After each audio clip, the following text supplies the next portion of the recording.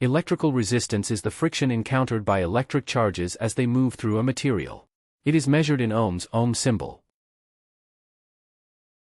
Ohm's law defines resistance as the ratio between applied voltage, V, and resulting current, I.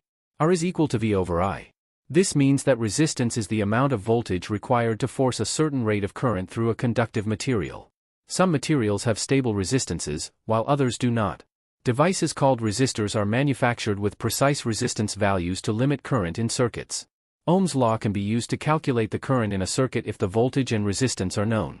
For example, a circuit with a 25V source and a total resistance of 3,500 ohms will have a current of 0.007143 amperes, or 7.143 milliamperes.